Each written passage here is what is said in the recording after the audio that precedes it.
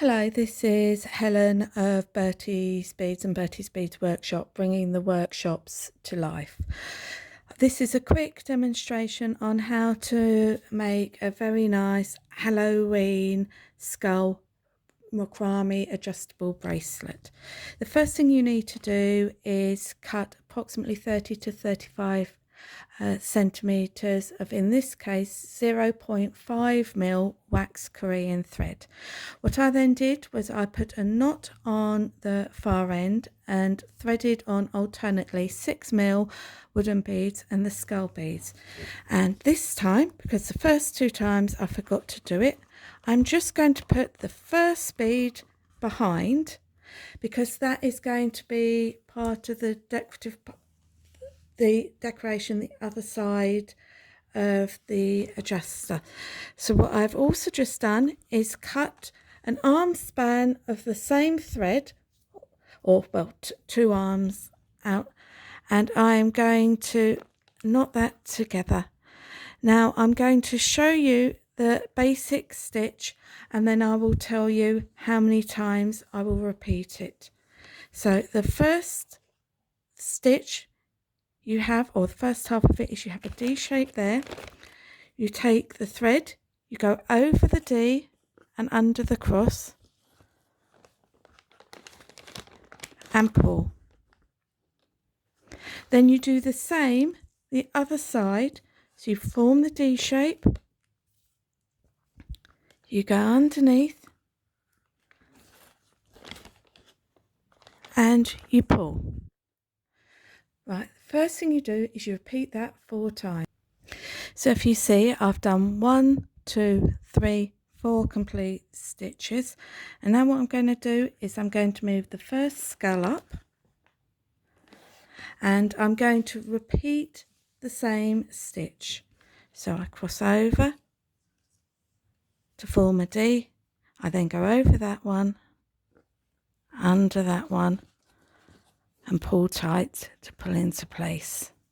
And with a bit of luck, the skull will sit nice and proud. And then I repeat it the other way. Oops. Without trying to knock over the camera. So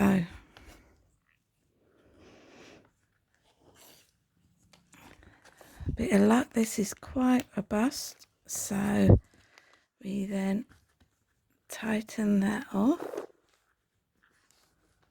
without getting the little 6mm bead the wrong side. Oops. Funnily enough, when you're not videoing, it goes a lot more easily. There we are. Then you bring up the next wooden bead and you repeat. And then I'll just show you one complete set, and then I'll complete it down to the end.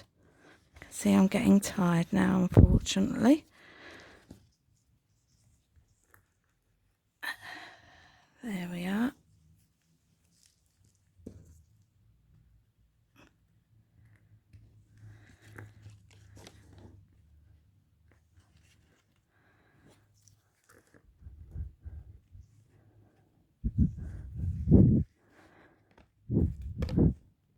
And I pull it tight, and now I will repeat right down to the end until I've just got this wooden bead left.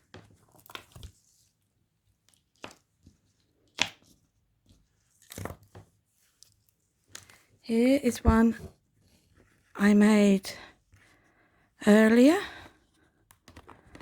and you can see I've got just down to that bit. And now what I'm going to do is, just like at the start when we had 4 complete ones, I'm going to do 4 complete ones at the right. I've now completed those extra 4, and what I'm just going to do is use my thread zapper to cut off the excess. This is a well used one, so it's got a little bit of debris on it, but it just burns off, nearly adds to the effect. Right, so that's the core part of the bracelet done.